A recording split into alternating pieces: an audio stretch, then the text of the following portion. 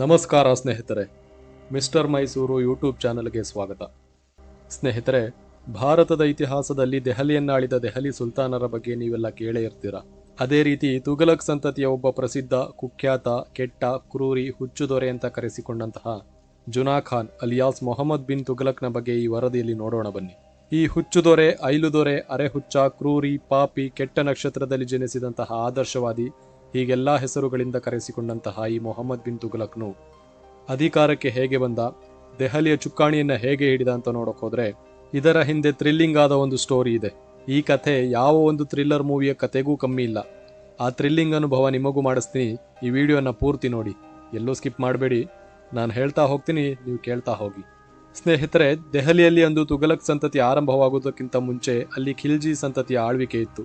ಖಿಲ್ಜಿ ಸಂತತಿಯ ಬಲಿಷ್ಠ ಆಡಳಿತಗಾರ ಎಂಬ ಖ್ಯಾತಿ ಹೊಂದಿದಂತಹ ಅಲ್ಲಾವುದ್ದೀನ್ ಖಿಲ್ಜಿಯು 1313ರಲ್ಲಿ ಮರಣ ಹೊಂದಿದ ಮೇಲೆ ಆತನ ಮಗನಾದಂತಹ ಮುಬಾರಕ್ ಶಾ ಎಂಬಾತ ಅಧಿಕಾರಕ್ಕೆ ಬರ್ತಾನೆ. ಈತ 1316ರಿಂದ 1320ರವರೆಗೆ 4 ವರ್ಷಗಳ ಕಾಲ ಆಡಳಿತ ನಡೆಸ್ತಾನೆ. ಈತ ಒಬ್ಬನೇ ಆಡಳಿತ ನಡೆಸಿದ್ದ ಅನ್ನೋದಕ್ಕಿಂತ ಈತನ ಮಂತ್ರಿಯಾದಂತಹ ಖುಸ್ರು ಖಾನ್ ಮತ್ತು ಮುಬಾರಕ್ ಶಾ ಇಬ್ಬರು ಸೇರಿ ಆಡಳಿತ ಮಾಡ್ತಾರೆ. ಹೀಗೆ ಮುಬಾರಕ್ ಶಾ ಆಡಳಿತದಲ್ಲಿರುವಂತಹ ಸಂದರ್ಭದಲ್ಲಿ ಘಾಜಿ ಮಲ್ಲಿಕ್ ತುಘಲಕ್ ಎಂಬಾತ ಈ ಮುಬಾರಕ್ ಶಾನ ಮೇಲೆ ದಾಳಿ ಮಾಡಿ ಈತನನ್ನ ಸೋಲಿಸಿ ರಾಜ್ಯವನ್ನು ವಶಪಡಿಸಿಕೊಂಡು ದೆಹಲಿಯನ್ನೇ ತನ್ನ ರಾಜಧಾನಿಯನ್ನಾಗಿ ಮಾಡಿಕೊಂಡು ಆಡಳಿತವನ್ನು ಶುರು ಮಾಡೇ ಬಿಡ್ತಾನೆ.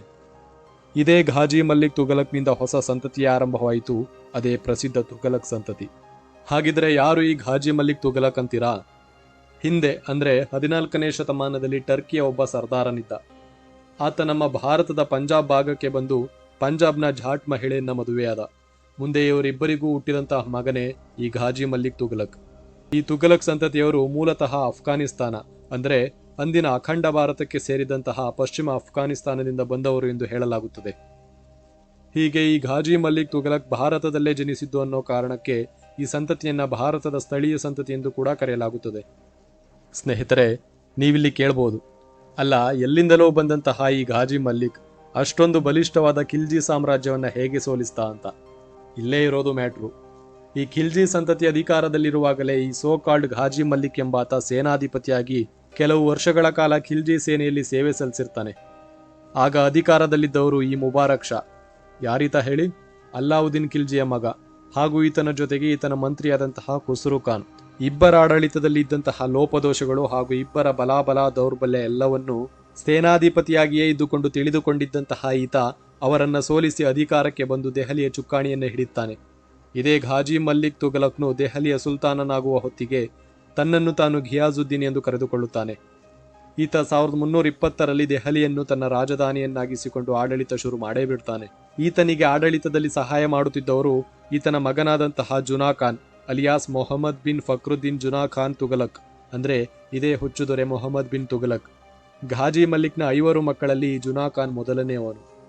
ಹಿಂದೆ ಅಲ್ಲಾವುದ್ದೀನ್ ಖಿಲ್ಜಿಯ ಕಾಲದಲ್ಲಿ ಮಲ್ಲಿಕಾಫರ್ನು ವಾರಂಗಲ್ನ ಮೇಲೆ ದಾಳಿ ಮಾಡಿ, ಅಂದರೆ ಇಂದಿನ ತೆಲಂಗಾಣ ಭೂಭಾಗದಲ್ಲಿ ಬರುವಂತಹ ವಾರಂಗಲ್ನ ಮೇಲೆ ದಾಳಿ ಮಾಡಿ ಅದನ್ನು ವಶಪಡಿಸಿಕೊಂಡು ನಂತರ ಅದೇ ವಾರಂಗಲ್ನ ಕಾಕತೀಯರಿಗೆ ಬಿಟ್ಟುಕೊಟ್ಟು ಅಪಾರ ಪ್ರಮಾಣದ ಕಪ್ಪ ಕಾಣಿಕೆಯನ್ನು ಸ್ವೀಕರಿಸಿದ್ದ. ಈ ವಾರಂಗಲ್ನ ಮನೆತನದವರು ಖಿಲ್ಜಿ ಸಂತತಿ ಇರುವವರೆಗೂ ನಿರಂತರವಾಗಿ ಕಪ್ಪವನ್ನು ಸುಲ್ತಾನರಿಗೆ, ಅಂದರೆ ಖಿಲ್ಜಿ ಮನೆತನದವರಿಗೆ ನೀಡುತ್ತಿದ್ದರು. ಆದರೆ ಯಾವಾಗ ಈ ಖಿಲ್ಜಿ ಸಂತತಿ ಅಂತ್ಯಗೊಂಡು ತುಘಲಕ್ ಸಂತತಿ ಅಧಿಕಾರಕ್ಕೆ ಬಂತೋ ಅಂದಿನಿಂದ ದೆಹಲಿ ಸುಲ್ತಾನರಿಗೆ ಕಪ್ಪ ಕೊಡುವುದನ್ನೇ ನಿಲ್ಲಿಸಿಬಿಟ್ಟರು. ಇದರಿಂದ ಕೋಪಗೊಂಡಂತಹ ಘಿಯಾಜುದ್ದೀನನು ತನ್ನ ಮಗನಾದ ಜುನಾ ಖಾನ್ನ ನೇತೃತ್ವದಲ್ಲಿ ವಾರಂಗಲ್ನ ಮೇಲೆ ದಾಳಿ ಮಾಡಿ ವಾರಂಗಲ್ಲನ್ನು ವಶಪಡಿಸಿಕೊಂಡು ಅದರ ಹೆಸರನ್ನ ಸುಲ್ತಾನ್ಪುರ ಎಂದು ಬದಲಿಸ್ತಾನೆ. ನಂತರ ಈತ ದೆಹಲಿಯ ಸಮೀಪ ಯಮುನಾ ನದಿಯ ದಡದಲ್ಲಿ ಒಂದು ಸುಂದರ ನಗರವನ್ನು ನಿರ್ಮಾಣ ಮಾಡ್ತಾನೆ, ಅದೇ ತುಘಲಕಾಬಾದ್. ಅಷ್ಟೇ ಅಲ್ಲದೆ ಈ ಘಿಯಾಜುದ್ದೀನನು ಫಲವತ್ತಾದ ದೋಅಬ್ ಪ್ರದೇಶದಲ್ಲಿ ಕೆರೆ ನೀರಾವರಿಗೆ ಹೆಚ್ಚು ಒತ್ತು ನೀಡುತ್ತಾನೆ. ನಂತರ ಈತ ಬಂಗಾಳದ ಮೇಲೆ ದಂಡೆತ್ತಿ ಬರ್ತಾನೆ. ಹೀಗೆ ಬಂಗಾಳವನ್ನ ಕಬ್ಜಾ ಮಾಡಲು ಹೋದಾಗ ದೆಹಲಿಯ ಆಡಳಿತ ನೋಡಿಕೊಳ್ಳುವ ಸಲುವಾಗಿ ತನ್ನ ಮಗನಾದ ಜುನಾ ಖಾನ್ನನ್ನು ನೇಮಿಸಿ ಬರ್ತಾನೆ. ಇತ್ತ ಘಿಯಾಜುದ್ದೀನನ ಜೊತೆ ನಿಜಾಮುದ್ದೀನ್ ಓಲಿಯಾ ಎಂಬ ರಾಜಗುರುಗಳನ್ನು ಕರೆತಂದಿರ್ತಾನೆ. ನಂತರ ಈತ ಬಂಗಾಳದ ಮೇಲೆ ದಾಳಿ ಮಾಡಿ ಬಂಗಾಳದ ಭೂಭಾಗವನ್ನು ಗೆದ್ದು ಮರಳಿ ದೆಹಲಿಗೆ ಹೋಗುವಂತ ಸಂದರ್ಭದಲ್ಲಿ ದಾರಿ ಮಧ್ಯದಲ್ಲಿಯೇ ಮಿಥಿಲಾನಗರ ಎಂಬ ಒಂದು ಸಣ್ಣ ಹಿಂದೂ ರಾಜ್ಯವಿರುತ್ತದೆ. ಆ ರಾಜ್ಯವನ್ನ ಹರಿಸಿಂಗದೇವ ಎಂಬ ರಾಜ ಆಳ್ತಾ ಇರ್ತಾನೆ. ಆಗ ಈ ಘಿಯಾಜುದ್ದೀನನು ಆ ಹಿಂದೂ ರಾಜ್ಯದ ಮೇಲೆ ದಾಳಿ ಮಾಡಿ ಹರಿಸಿಂಗದೇವನನ್ನು ಸೋಲಿಸಿ ಮಿಥಿಲಾನಗರವನ್ನು ವಶಪಡಿಸಿಕೊಂಡನು. ಇಷ್ಟೆಲ್ಲ ಆಗುವಷ್ಟೊತ್ತಿಗೆ ಸುಮಾರು 5ರಿಂದ 6 ತಿಂಗಳು ಕಳೆದೇ ಹೋಗಿತ್ತು. ಇಂತಹ ಸಂದರ್ಭದಲ್ಲಿ ದಂಡಯಾತ್ರೆಯಲ್ಲಿದ್ದಂತಹ ಘಿಯಾಜುದ್ದೀನನಿಗೆ ದೆಹಲಿಯಿಂದ ಒಂದು ಪತ್ರ ಬರ್ತದೆ. ಆ ಪತ್ರದಲ್ಲಿ ಏನಿತ್ತು ಅಂದರೆ, ನೀನು ದೆಹಲಿಯಲ್ಲಿ ಇಲ್ಲದ ಸಮಯ ಕಂಡು ನಿನ್ನ ಮಗನಾದ ಜುನಾ ಖಾನನು ದೆಹಲಿಯಲ್ಲಿ ಅತ್ಯಾಚಾರ, ದರೋಡೆ, ಸುಲಿಗೆಗಳನ್ನು ಮಾಡಿ ಜನರನ್ನು ಹಿಂಸಿಸುತ್ತಿದ್ದಾನೆ ಎಂದು ಆ ಪತ್ರದಲ್ಲಿ ಬರೆದಿತ್ತು. ಇದನ್ನೋದಿದಂತಹ ಗಿಯಾಜುದ್ದೀನನು ಬಹಳ ಸಿಟ್ಟಿನಿಂದ ತನ್ನ ಗುರು ನಿಜಾಮುದ್ದೀನ್ ಓಲಿಯಾನಿಗೆ ತಾನು ತುರ್ತಾಗಿ ದೆಹಲಿಗೆ ಹೋಗಿ ತನ್ನ ಮಗನಿಗೆ ಶಿಕ್ಷೆ ವಿಧಿಸಬೇಕೆಂದು ತಿಳಿಸಿ ಹೊರಡುತ್ತಾನೆ. ಆದರೆ ಗುರು ಓಲಿಯಾಗೆ ಏನೋ ಅನಿಸಿತೋ ಏನೋ ಗೊತ್ತಿಲ್ಲ. ಆತ ಘಿಯಾಜುದ್ದೀನನಿಗೆ ಒಂದು ಮಾತನ್ನ ಹೇಳ್ತಾನೆ. ಪರ್ಷಿಯನ್ ಭಾಷೆಯಲ್ಲಿ ಹನೂಸ್ ದಿಲ್ಲಿ ದೂರ್ ಅಜ್ ಅಂದ್ರೆ ನಿನಗಿನ್ನೂ ದಿಲ್ಲಿ ಬಹಳ ದೂರದಲ್ಲಿದೆ ಎಂದು. ಆತ ಮುಗೀತು ನಿನ್ನ ಕತೆ, ದಿಲ್ಲಿಯ ಅಧಿಕಾರ ನಿನಗಿನ್ನೂ ಬಹಳ ದೂರದಲ್ಲಿದೆ ಎಂಬ ಅರ್ಥದಲ್ಲಿ ಹೇಳಿದನೋ ಅಥವಾ ದೂರದ ಅಂತರದಿಂದ ಬಹಳ ದೂರದಲ್ಲಿದೆ ಅನ್ನೋ ಗೊತ್ತಿಲ್ಲ. ಈ ಸುದ್ದಿ ತಿಳಿದಿದ್ದೇ ತಡ ಅವಸರವಾಗಿ ಘಿಯಾಜುದ್ದೀನನು ದೆಹಲಿಗೆ ಹೊರಡ್ತಾನೆ. ಹಾಗಿದ್ರೆ ಕೋಪದಲ್ಲಿ ದೆಹಲಿಗೆ ಹೊರಟ ಘಿಯಾಜುದ್ದೀನನು ಸುರಕ್ಷಿತವಾಗಿ ದೆಹಲಿಗೆ ತಲುಪ್ತಾನ? ಇತ್ತ ತನ್ನ ತಂದೆ ಕೋಪಗೊಂಡು ತನ್ನನ್ನು ಶಿಕ್ಷಿಸಲು ಬರುತ್ತಿದ್ದಾರೆ ಎಂಬ ವಿಷಯ ತಿಳಿದ ಜುನಾ ಖಾನನು ಮುಂದೆ ಏನು ಮಾಡಿದ ನೋಡೋಣ ಬನ್ನಿ. ತನ್ನ ತಂದೆಯ ಬರುವಿಕೆಯ ಸುದ್ದಿ ತಿಳಿದ ಜುನಾ ಖಾನನು ತಂದೆಯನ್ನು ಸಮಾಧಾನಪಡಿಸಲು ತುಘಲಕಾಬಾದ್ನ ಸಮೀಪ ಅಫ್ಘಾನಪುರದಲ್ಲಿ ಸನ್ಮಾನಕ್ಕಾಗಿ ಒಂದು ಬೃಹತ್ ವೇದಿಕೆಯನ್ನೇ ನಿರ್ಮಾಣ ಮಾಡಿದ್ದ. ಯಾವ ಖುಷಿಗೆ ಅಂದ್ರೆ ತನ್ನ ತಂದೆ ಬಂಗಾಳಗಿದ್ದ ಖುಷಿಗೆ, ಹಾಗೂ ತಂದೆಗೆ ತನ್ನ ಮೇಲಿರುವ ಕೋಪ ಕಡಿಮೆ ಮಾಡಲು. ಹೀಗೆಂದು ಮೇಲ್ನೋಟಕ್ಕೆ ಕಾಣಿಸ್ತದೆ, ಆದರೆ ಅದಲ್ಲ ಮ್ಯಾಟ್ರು. ಈ ಬೃಹತ್ ವೇದಿಕೆಯನ್ನು ಸಿದ್ಧಪಡಿಸಿದಂತಹ ಶಿಲ್ಪಿ ಬಂದು ಅಬ್ದುಲ್ಲಾ, ಹಾಗೂ ಇದರ ನಿರ್ವಹಣೆ ಮಾಡ್ತಿದ್ದವನು ಅಯಾಜ್ ಖಾನ್ ಎಂಬಾತ. ಈ ಮೂವರು ಸೇರಿ ಘಿಯಾಜುದ್ದೀನನಿಗೆ ಅಂತ್ಯ ಹಾಡಲು ಎಲ್ಲ ರೀತಿಯಲ್ಲೂ ಸಕಲ ಸಿದ್ಧತೆಯನ್ನ ಮಾಡಿಕೊಂಡಿದ್ದರು. ಇತ್ತ ಕೋಪದಿಂದ ಬಂದಂತಹ ಘಿಯಾಜುದ್ದೀನನನ್ನು ನೇರವಾಗಿ ಅಫ್ಘಾನಪುರದ ಬೃಹತ್ ವೇದಿಕೆಗೆ ಕರ್ಕೊಂಡು ಬರ್ತಾರೆ.